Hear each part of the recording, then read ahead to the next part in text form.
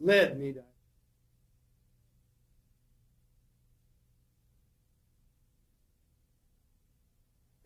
Yeah, I mean, I told you. You're doing a great job then. Our average interview was 4 hours. Where'd you say we're going now? An hour and a half? Huh? How long have we been going? Well, you know by the loads. Hour and a half. We've been going an hour and a half. Yeah. So we're about halfway. I don't know about that. The third. I think we're... Third? I don't know. I think quarter? I don't... We'll see. We'll see. I don't care. My wife, Judy, will come home and she'll see this big production going on and she'll believe it. Okay. She knows what we're doing. Ready? Ready. Okay. Now we had just established about Lucky Strike Showtime, which was a what? Lucky Strike Showtime was one of the, if not the first 35 millimeter adventures in television. These were half-hour shows made for the tube, and it was the boob tube then. It was usually looked like looking at a round fishbowl. That's what the sets looked like. We would get the commercials from New York with dancing cigarettes from Lucky Strike, and as an assistant, it was my job after the editor cut the pictures, I would put in the commercials, and then we'd dub the whole thing as a unit, and we'd deliver a 35 millimeter film print to project. They would make prints and 16 millimeter prints for different markets because there was no coaxial cable. So that was the reason for film, because otherwise it was kinescope, recorded images off a television set, and if you've ever seen one, you'll know how grainy and inferior they are. So that was how film got into television. So the commercials, the beginning. The commercials you would get would also be on 35 millimeter? Yes. The commercials were on 35 millimeter film, just as the film was. Separate track and picture, as I explained. Nothing had changed in the late 40s from the early 40s. And how long were the commercials? A minute. And how many commercials per? 3 or 4, an opening banner, and Arthur Shields smoked a Lucky and exhaled in the cloud of smoke. We would fade out and go to the story. And the same thing in the middle and the same thing at the end. Now, you described a little bit of what television looked like. Do you remember the first time you saw television? Well, I certainly watched all my shows, so it was around 1947 or 8. That was the first time you saw television? The first time I worked on television. But do you remember the first time you heard about television? I'd seen, yes, I was going with a girl and her father was all wrapped up in Uncle Milty, and I peeked in at it. It didn't impress me that way, but he was one of the few things on, was Uncle Milty. Milton Berle. Milton Berle, 1947. And you weren't that impressed with it? Well, I was impressed, but I'd rather go to the movies. But we were about in for a big change to come up. Because after we finished Lucky Strike Showtime, television started to accelerate. They were putting on live shows from everywhere, Jimmy Durante, this one, that one. When I had acted as a kid, I told you about doing this picture, Big Town Czar, with Barton McLean and Tom Brown. A young news person, gossip columnist, came from New York to appear in that picture, and I'm in it with him. His name was Ed Sullivan. And that had been in 10 years earlier, 1937 or 8. And now Ed Sullivan had his live show and was becoming a star in his Talk of the Town, I think they called it. So slowly television was gobbling up the audience, and young people with young children had stopped going to the movies the way they used to. It was near the end of the 40s.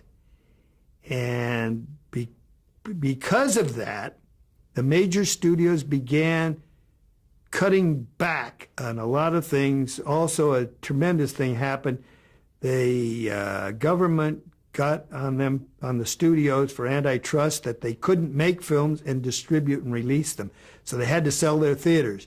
So we were in a big transitional period where there wasn't much where we got through the Depression in a great way, television was changing the world. Live television, basically.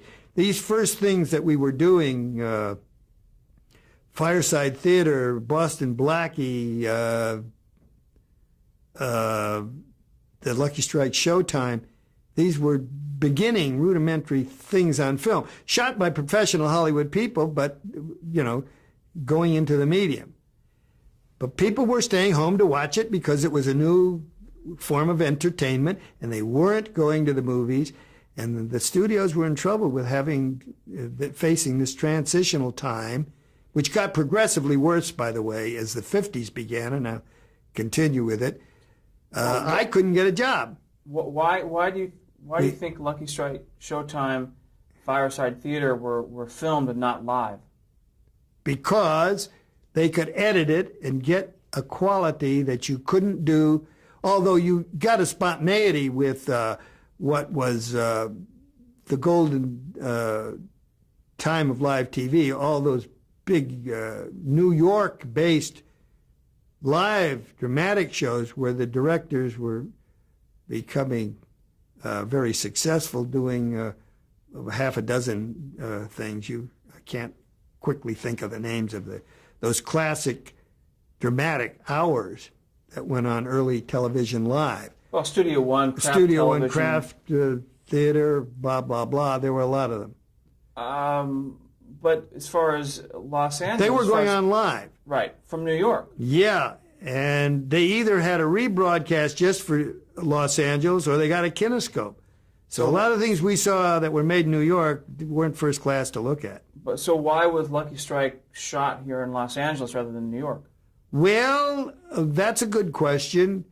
I don't know how the contract was made, but having the sets from Joan of Arc with Ingrid Bergman was an incentive for cost to shoot here. And how many shows did you cut? How many shows did you work? We made 24. The one called The Necklace, which is a classic, I think, de Maupassant story, was about the girl that cuts her hair off to buy her husband a gift, and he sells his something or other to buy her a gift. It's a classic half-hour short story. It won the first Academy Award. It won the first Emmy for the Television Academy the first year. It was 48, or I think 48. And who were the other editors? The editor was Jody Copeland, and then they promoted me up. We kind of each did 8. There were 26 shows. Jody must have done a couple of more. And a fellow by the name of Eddie Mann, who later became the editor of Birdman of Alcatraz, which was, what was his name? Director with Burt Lancaster. John Frankenheimer? John Frankenheimer's first really big movie. He'd come from that live TV group that we were talking about, Kraft Theater or whatever, something Playhouse. But Playhouse 90. Playhouse 90 was the one I was trying to think of. Yeah, I think he came from Playhouse 90, Frankenheimer. And his first picture was Birdman of Alcatraz with Burt Lancaster. And Eddie Mann was an older chap and had feature credits.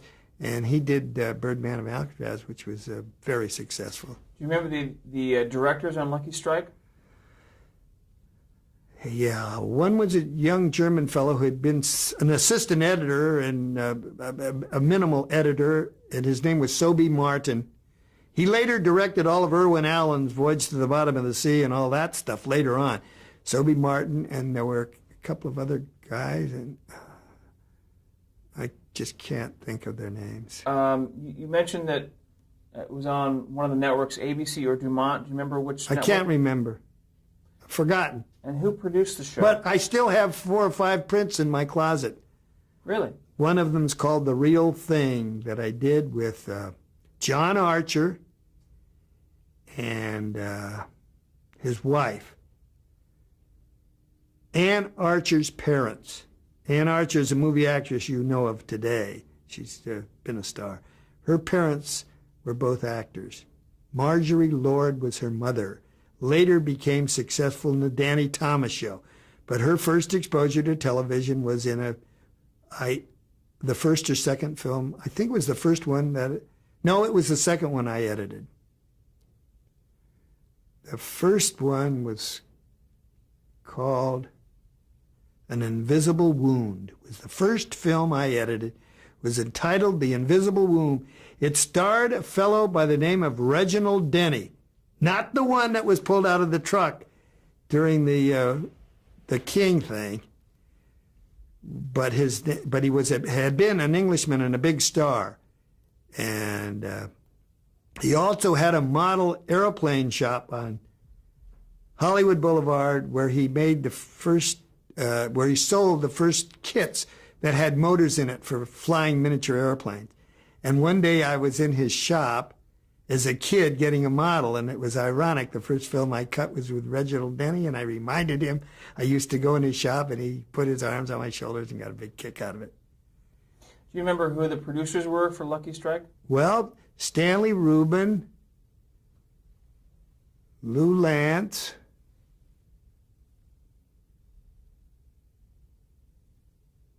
and there were a couple other guys. Chuck Haas. I think Chuck directed the first one I did, The Invisible Room. Chuck Haas. He later did a fabulous picture at Republic called Moonrise with a chap that I think he just died. Getting so rusty on names. See, I get him, but I have to dredge him up. Well, anyway, he did Gail Russell was the beautiful young lady. She also met an early death. And I'm trying to think of the guy's name. He was a very good actor. He was a John Garfield type and just slipped his mind. I can't think of his name.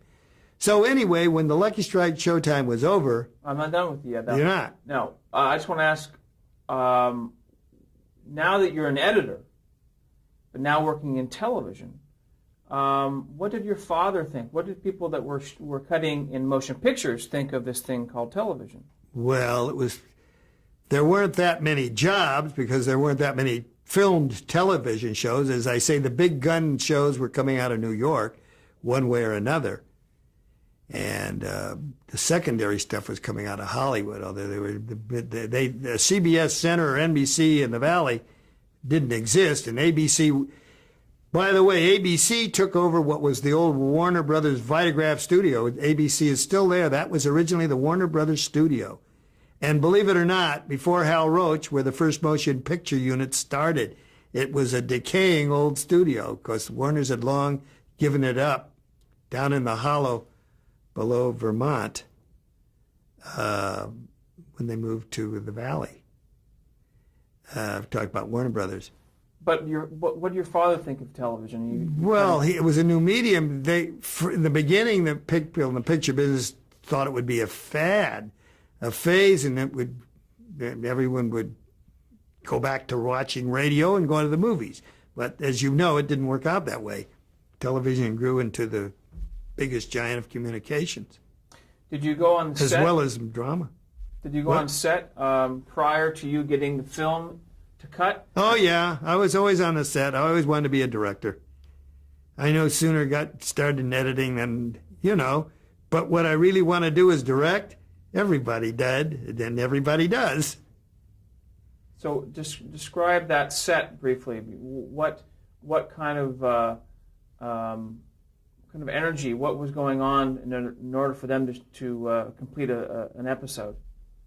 Well, I can't remember our shooting schedule. Seems to me they ran about 3 days each. 3 or 4 at the most, short of a week to make these half hours. Show part, as it's going to be known, half-hour shows, sitcoms today are all still 24 and a half minutes, I think. Although they keep putting in more and more commercials, if you've noticed. But it basically is a 24 and a half minute story. So you pardon me, I'm sorry, a 26 and a half minute story. Right. That's 3.5 minutes with banners and end credits. 26 and a half minutes, a half-hour show. You said you wanted to direct. Were you observing the directors on set? All the time. I was observing the directors all the time. So and I was always coming up with ideas. If you'd get this extra little close-up for me, or could I get an establishing shot here? We're going from one interior to another, and it's more like live TV. I remember once, I think the third show I did was a story of Sherlock Holmes, and I wanted an exterior shot because the whole thing was Sherlock Holmes inside me. I wanted a foggy exterior of this country home. And I actually went out and threw some of the potted trees around to get the effect for the cameraman and lighting. Doing the greensman work, I said, give me something outside to start the scene. And they made a nice shot for me of Sherlock Holmes going in, something like that. So as you were watching a director direct an episode, did you, beyond that, did you communicate with that director as far as what coverage he or she was getting? Pretty much so, but again, in the beginning, this was my first time as an editor, and I was pretty absorbed figuring out what I was going to do. So I won't tell you I did anything on the first show, but keep my nose in that moviola, where I looked at the little projected image. It was about as big as a 3x5 still picture.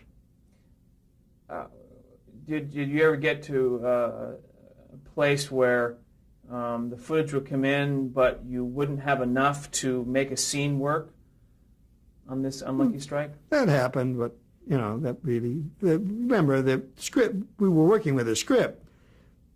Did a script clerk timing everything, and we'd get the script, and in the beginning, of course, I followed the script religiously, and where I saw pickups or a chance to use close-ups or medium shots, I would. And my first cut, I think, was for Chuck Haas, and he would ask me questions why I did that, and I'd give him an answer. And then the producer, Stanley Rubin, would run it. The most dramatic part I should not leave out.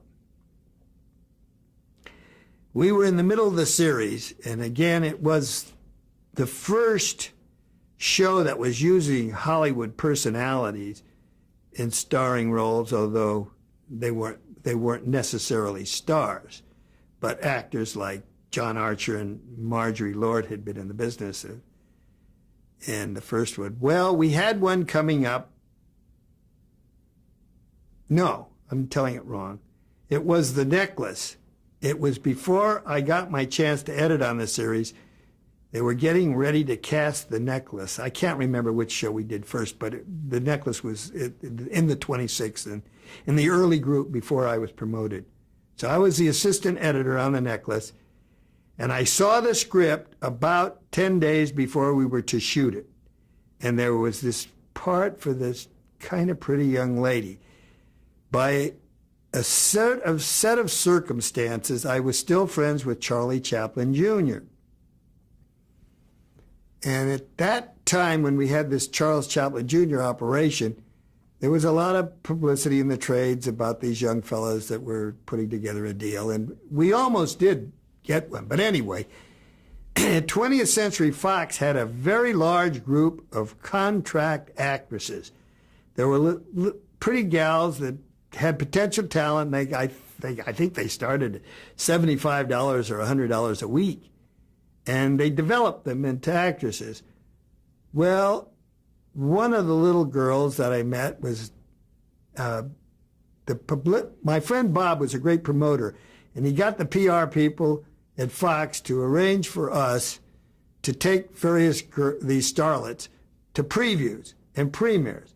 So we get dressed up in a suit and tie, and we'd have what was like a limo, but not the big stretches you have now, but they called it a limo. And they'd pay for the cars, and we'd take these girls to dinner or after dinner and the premiere. Well, Charlie fell in love. I can't even remember the names of one girl that Charlie was going with was Barbara Lawrence. She made a big hit in The Captain from Castile, which was with Tyrone Power and Cesar Romero. And it was one of those historic stories of the captains and the ships coming to America, whatever. And they were the captains from Castile.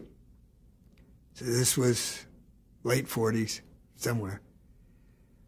One of the girls that, after dating Barbara Lawrence, Charlie was smitten completely by a little gal by the name of Norma Jean Doherty. And Charlie had a tragic problem of alcohol, and I did contribute to his early demise, really young. It was a shame. His brother Sidney is a year or two younger than me and is still around and had quite a long stage career. Sidney Chaplin, named after his uncle. But Charlie went for Norma Jean, and we were going to some different parties, and one night he passed out, and I took Norma Jean home. It was only a matter of time. She was living at that point in what the Hollywood Studio Club is, where the proper young ladies lived that were trying to make it in Hollywood. It was in the center of old Hollywood. And I took Norma Jean home. The guys weren't even allowed up above the ground floor. Anyway, what we'll call a lap dissolve in time. I'm working as an assistant editor on the Lucky Strike Showtime, and I said, you know, Stanley, I know a gal that you might like for the necklace. Could I send her in? And her agent was a young chap who today in 1999 is chairman of the board of the William Morris office. His name is Norman Brokaw, and at that time he was just out of the William Morris mail room at my age, and he was taking Norma Jean around for jobs. There was a transition period right in there where she became Marilyn Monroe. I arranged for Marilyn and Norman to come to the Roach studio and meet Stanley Rubin, and he interviewed her for the part of the leading lady in the necklace. He didn't give it to her. He gave it to a lady by the name of Eva Gabor, who later worked in Paul Henning's Eddie Albert Green Acres, and she just passed away, I think, a year ago. And Eva Gabor got the part, and he didn't give it to Marilyn Monroe. But another lap dissolved to a few years later. Stanley Rubin became a big producer at 20th Century Fox. He's making a picture starring Robert Mitchum called The River of No Return, and the leading lady was Marilyn Monroe. And don't you think she didn't give it to him for not giving her that part early in her career? The end of that story. That's great. And then Marilyn said, you didn't listen to Danny. She remembered me. But I lost track of her, although she wound up living here about 10, 12 blocks from here, where she died. Too many deaths around here. A lot of history, huh? Yeah. The OJ thing was right down the street. After Lucky Strike Showtime, well, how did you get to I Love Lucy? Well, I couldn't get a job I couldn't get an editing job after the Lucky Strike Showtime because there weren't that many filmed television shows going on. Remember, it was not the 50s yet. It was still 48. Yeah. I got a contact to the man who is the head editor, the supervisor at Republic Studios, where they were doing Roy Rogers and Gene Autry and that type of product, the Western stuff and cheap movies. The fellow that ran the editorial had also been one of my father's assistants right after, I believe, Paul Anders or right before. So I had another, it was a community of contacts. So I called Murray Seldine, who was head of the department, and he said, we're making some Westerns called the Rocky Lanes. These weren't singing cowboys. Rocky Lane was an action. They made 6-reelers, 1-hour shows. And I got a job with a fellow on the Rocky Lane picture, and it was for 5 weeks. And right in the middle of that, Mr. Yates, Herb Yates, who was head of Republic, decided to go for class movies. And he took on Orson Welles, who had had quite an adventure at RKO where he had spent fortunes, which we won't go into. But he made a deal for Orson Welles to write, produce, and star in Macbeth. He was going to change Republic Pictures' image. And for the editor, he picked a young fellow who was several years older than me, by the name of Lou Lindsay, to edit it. And I was on the lot, and Lou had spent his whole career at Warner Brothers, and he didn't know the independent field, which I had been involved in since the end of the World War II. So I knew my way around by now. I was, 25, 26.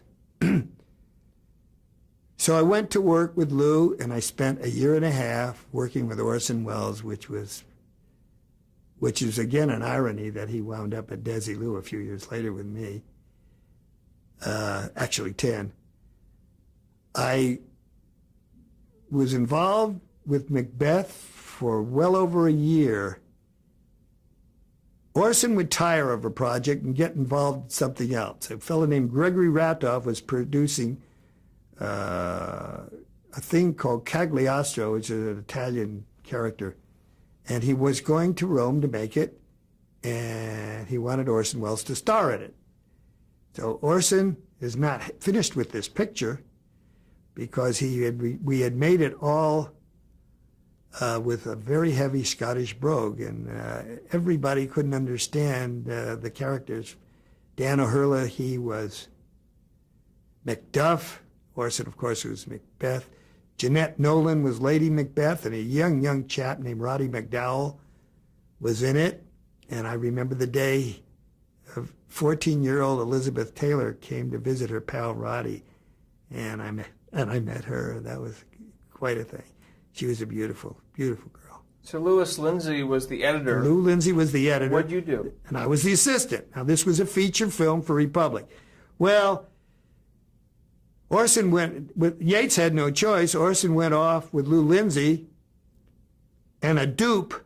A dupe is a copy of the cut picture. He took the dupe and Lou Lindsay, and they went to Rome to do Cagliostro for some months. I forget, maybe 3. Big shooting schedule. They were there, and they would make changes in the dupe, marking the film, and they'd call me long distance on the telephone and then said they were sending me a thing called a recordiogram. It was a little disc, like a tape, but it was a disc, and he would give me changes to make by the film numbers of the coded film, and make changes. He was playing with the film. Orson finally came back. We re-looped the entire picture with dubbed sound of all the characters with the same actors. And it finally was released, and it's still a classic on videotape now. Well, when that was finished, Lou went on with his life, and I went on to look for a job. And as fate would have it, another chap from Warner Brothers, who was a top Academy Award-winning, Oscar-winning film editor named George Amy, came to do a feature on the Republic lot for RKO release. You know what? I have to stop you there and change tapes.